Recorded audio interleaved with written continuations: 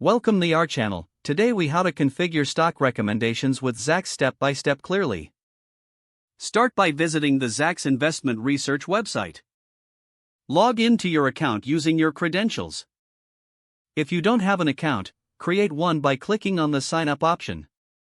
Once logged in, navigate to the stocks section on the top menu. Click on stock recommendations from the drop-down menu.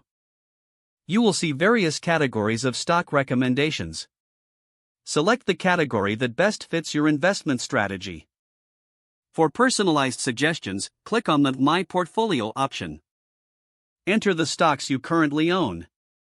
Once your portfolio is entered, click on Get Recommendations to generate suggestions.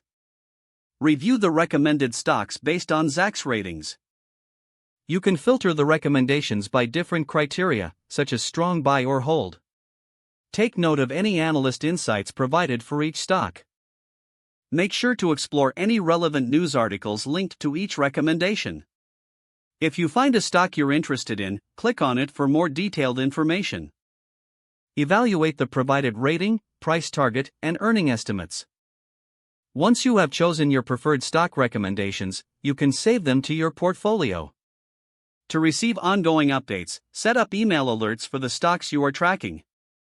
Regularly review and adjust your recommendations based on market changes. This will help you stay informed and ready to make investment decisions.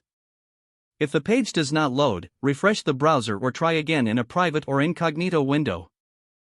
Make sure you are using the correct email address, then retype it carefully to avoid small typos. If your password is not accepted, use the reset option and create a new strong password you can remember. Check your spam folder for verification or security emails, then complete any requested confirmation steps. Enable two-factor authentication if available to After signing in, review your profile details so your contact information and settings are accurate and current. If you see an error message, note it down and try again after restarting your device and internet connection. Log out when you finish, especially on shared devices, to keep your account and payment information secure.